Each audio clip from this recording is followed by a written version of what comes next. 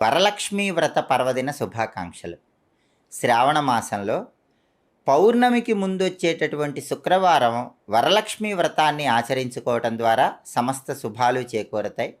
వరలక్ష్మీ వ్రతాన్ని ఆచరించేటప్పుడు మహిళామణులు పాటించాల్సిన ముఖ్యమైన నియమాలేంటో, తోరం కట్టుకునేటప్పుడు పాటించాల్సిన నియమాలేంటో, వాయినాలు ఇచ్చుకునేటప్పుడు పాటించాల్సిన నియమాలేంటో, వరలక్ష్మీదేవి సంపూర్ణమైన అనుగ్రహం కలగాలంటే వరలక్ష్మీ వ్రతం సందర్భంగా మహిళలు తప్పకుండా పాటించాల్సిన నియమాలేంటో ఈ వీడియోలో మనం తెలుసుకుందాం.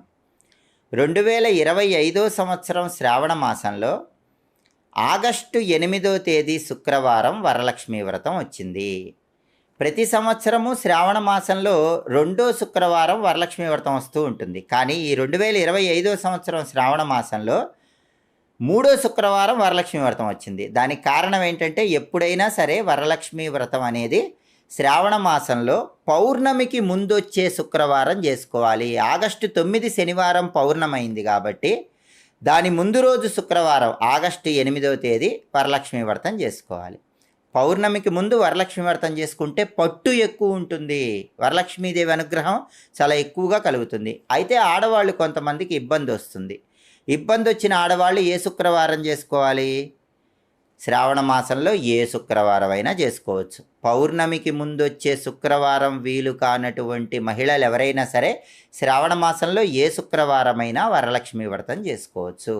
వరలక్ష్మీ వ్రతం అసలు ఎందుకు చేసుకోవాలి? మనకు వేదం ఏం చెప్పిందంటే, శుద్ధలక్ష్మిర్ మోక్షలక్ష్మి జయలక్ష్మి సరస్వతి శ్రీలక్ష్మి వరలక్ష్మిశ్చ ప్రసన్నామమ సర్వదా అని వేదంలో మనకు వర్ణించారు.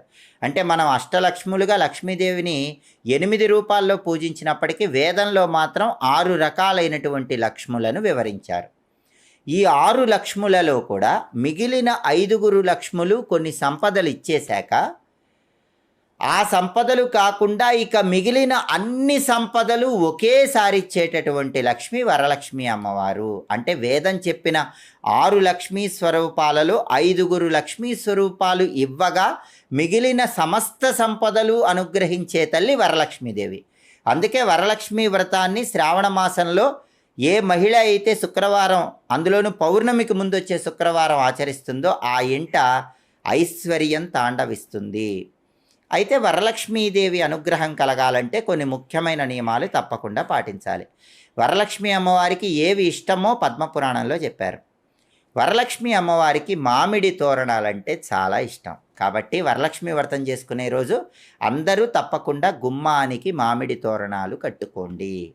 వరలక్ష్మి అమ్మవారికి వరిపిండి అంటే చాలా ఇష్టం. వరిపిండి అంటే బియ్యపిండి కాబట్టి ఇంటి ముందు భాగంలో బియ్యపిండితో ముగ్గు వేయండి.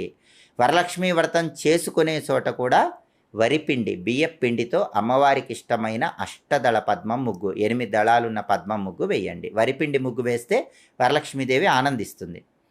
అలాగే వరలక్ష్మి అమ్మవారికి అహింసా పట్టు వస్త్రం అంటే చాలా ఇష్టం.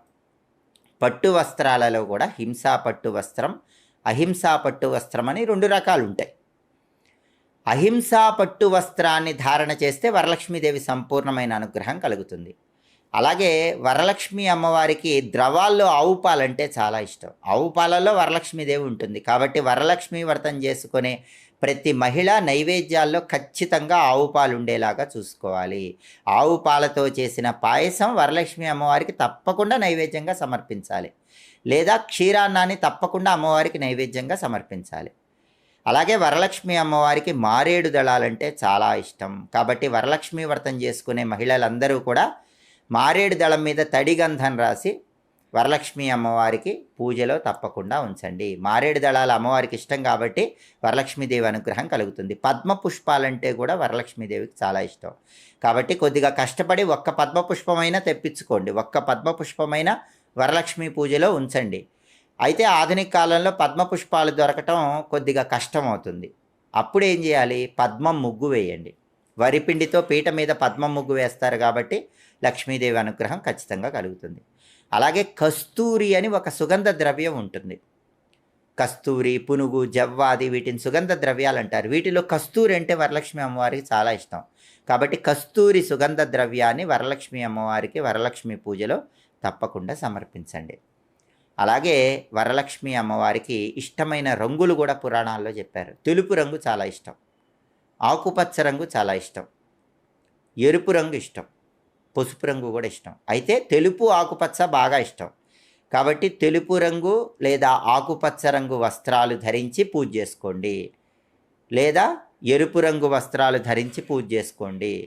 దానివల్ల వరలక్ష్మి అమ్మవారి సంపూర్ణమైన అనుగ్రహం కలుగుతుంది.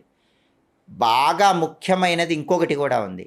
అదేంటంటే ఏనుగు బొమ్మలు. వరలక్ష్మి అమ్మవారికి ఏనుగులు అంటే చాలా ఇష్టం. అందుకే శ్రీ సూక్తంలో అమ్మవారిని పూజించేటప్పుడు, అమ్మవారి శ్లోకం చెప్పేటప్పుడు కూడా అశ్వపూర్వాం రథమధ్యాం హస్తినాద ప్రబోధినీం అంటూ కీర్తిస్తాం. హస్తినాద ప్రబోధినీం అంటే ఏనుగుల ఘీంకారాలంటే అమ్మవారి లక్ష్మీదేవికి చాలా ఇష్టం.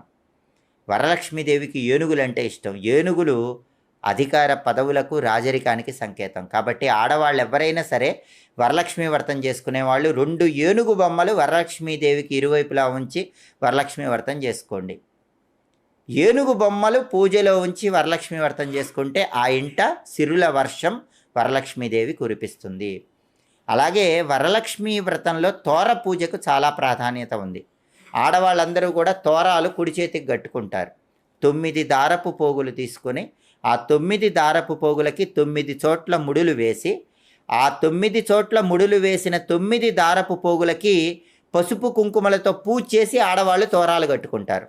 ఆ తోరాలకి పూజ చేసేటప్పుడు 9 నామాలు ఉంటాయి. ఆ 9 నామాలు భక్తి శ్రద్ధలతో ఆడవాళ్ళు చదువుకోండి. అక్కడే వరలక్ష్మీదేవి అనుగ్రహం మొత్తం సంపూర్ణంగా కలుగుతుంది.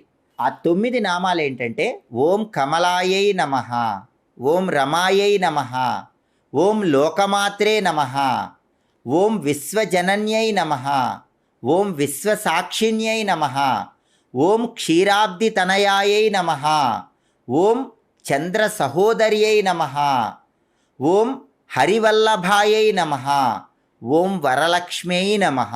ఈ 9 నామాలు చదువుకుంటూ ఆ దారపు పోగులకి, ఆ తోరానికి పసుపు కుంకుమలు వేస్తూ పూజ చేస్తారు. ఈ 9 నామాలు చదువుకోవటంలోనే వరలక్ష్మీదేవి అనుగ్రహం మొత్తం వస్తుంది. అవి చదువుతూ పూజ చేశాక ఒక శ్లోకం చదువుకుంటూ కుడి చేతికి ఆడవాళ్ళు తోరం కట్టుకోవాలి. ఆ శ్లోకానికి చాలా ప్రాముఖ్యత ఉంది. ఆ శ్లోకం ఏంటంటే బధ్నామి దక్షిణే హస్తే నవసూత్రం శుభప్రదం పుత్ర పౌత్రాభివృద్ధించ ఆయుష్యం దేహిమే రమే. ఇది శ్లోకం. ఈ శ్లోకంలో ఉన్న అర్థం ఏంటంటే బధ్నామి దక్షిణే హస్తే నవసూత్రం శుభప్రదం అంటే 9 దారపు పోగులతో 9 చోట్ల ముడులు వేసిన ఈ తోరాన్ని బధ్నామి దక్షిణే హస్తే నా కుడి చేతికి కట్టుకుంటున్నాను. పుత్ర పౌత్రాభివృద్ధించ ఆయుష్యం దేహిమే రమే. పుత్ర పౌత్రులను, ఆయుష్ను నాకు అనుగ్రహించు వరలక్ష్మీదేవి అని ప్రార్థించడమే ఈ శ్లోకంలో ఉన్న అర్థం. ఈ శ్లోకం చదువుకుంటూ తోరం కట్టుకుంటే అద్భుత ఫలితాలు కలుగుతాయి. అలాగే వ్రతం మొత్తం పూర్తయిపోయిన తర్వాత ముత్తైదువులకు వాయినాలు ఇస్తారు. పూర్ణపు బూరెలు ఉంచి వాయినాలు ఇస్తే చాలా మంచిది. వరలక్ష్మి వ్రతం పూర్తయ్యాక ముత్తైదువులకు వాయినాలు ఇచ్చేటప్పుడు కూడా ఒక శ్లోకం చదువుకుంటూ వ్రతం చేసుకున్న మహిళ వాయినాలు ఇవ్వాలి. ఆ శ్లోకం ఏంటంటే ఇందిరా ప్రతిగృహ్ణాతు ఇందిరా వై దదాతి చ ఇందిరా తారికావాభ్యాం ఇందిరాయై నమో నమః. ఇది శ్లోకం. ఇందిరా అంటే వరలక్ష్మీదేవి అని అర్థం. ఇందిరా ప్రతిగృహ్ణాతు ఇందిరా వై దదాతి చ అంటే వాయినమిస్తున్న నేను వరలక్ష్మి స్వరూపం, వాయినం తీసుకుంటున్న నువ్వు వరలక్ష్మి స్వరూపం. ఇందిరా తారికావాభ్యాం ఇందిరాయై నమో నమః. వాయినమిచ్చే నన్ను, వాయినం తీసుకునే నిన్ను వరలక్ష్మీదేవి అనుగ్రహించాలి అని చెప్పడమే ఈ శ్లోకంలో ఉన్న అర్థం. కాబట్టి వాయినం ఇచ్చేటప్పుడు ఈ శ్లోకం చదువుకుంటే అద్భుత ఫలితాలు కలుగుతాయి. కాబట్టి వరలక్ష్మి వ్రతం చేసుకునే ప్రతి మహిళ కూడా తోరం కట్టుకునేటప్పుడు శ్లోకం చదువుకోవాలి, వాయినం ఇచ్చేటప్పుడు శ్లోకం చదువుకోవాలి. అప్పుడు వరలక్ష్మీదేవి సంపూర్ణమైన అనుగ్రహం కలిగి సమస్త శుభాలు చేకూరతాయి. వరలక్ష్మి వ్రతం సందర్భంగా ఈ ప్రత్యేకమైన విధి విధానాలు పాటించండి. వరలక్ష్మి అమ్మవారి సంపూర్ణమైన అనుగ్రహానికి సులభంగా పాత్రలు కండి.